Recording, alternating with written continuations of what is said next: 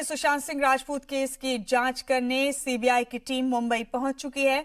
CBI की team में 15 member हैं।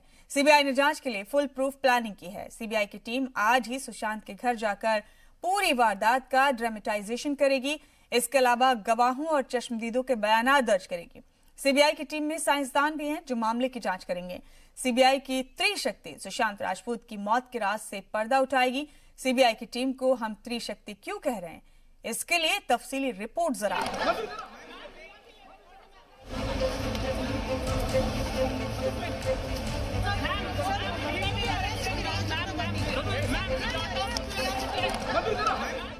जुमेरात शाम करीब 7:30 बजे जैसे ही मुंबई एयरपोर्ट पर सीबीआई की टीम पहुंची, मीडिया ने घेर लिया।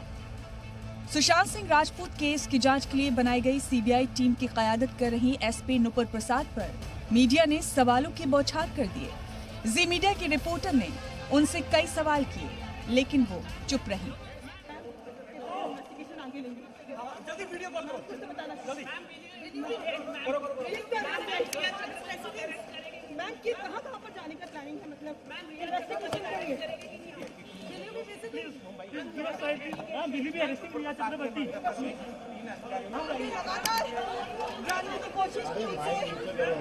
लगातार जानने की कोशिश की कि वो किस तरह से इस इन्वेस्टिगेशन करेगा।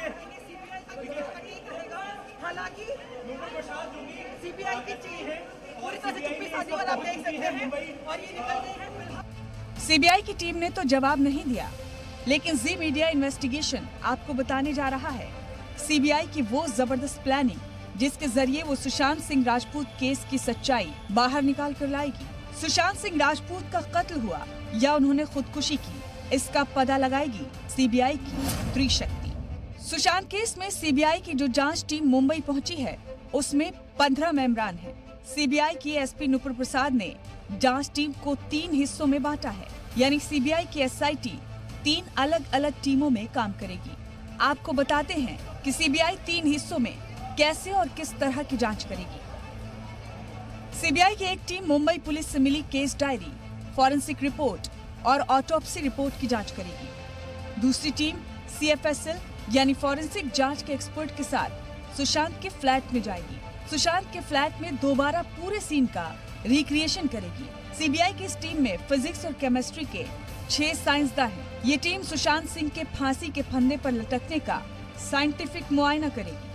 देखिए, फॉरेंसिक का मेरे हिसाब से इसमें बहुत अहम रोल है।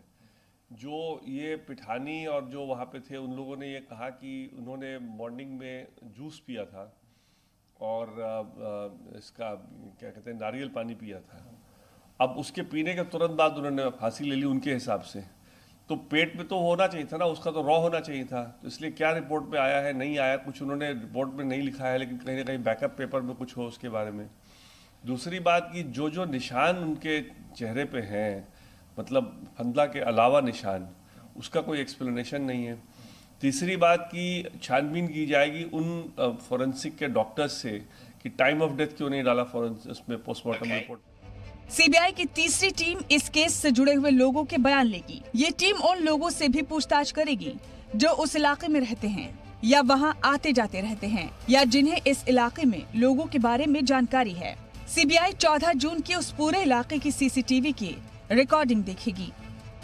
सीबीआई ने रिया चक्रवर्ती समेत तमाम मुल्जिमीन से पूछे जाने वाले सवालात की एक फहरिस्त भी तैयार कर ली है, जिनके जवाब अलग अलग मिलने पर मुल्जिमीन को आमने सामने बैठाकर सवाल जवाब किए जा सकते हैं। सीबीआई की टीम डीआरडीओ के सांता क्रूज में मौजूद गेस्ट हाउस में ठहरी है। बीएमसी ने क्वारंटीन में छूट दी है। सीबीआई की टीम अगले 10 दिनों तक मुंबई में रहकर जांच कर सकेगी। इस बीच महाराष्ट्र सरकार ने तय किया है कि मुंबई पुलिस इस मामले की पैरेलल जांच नहीं करेगी। ब्यूरो रिपोर्ट, जी मीडिया।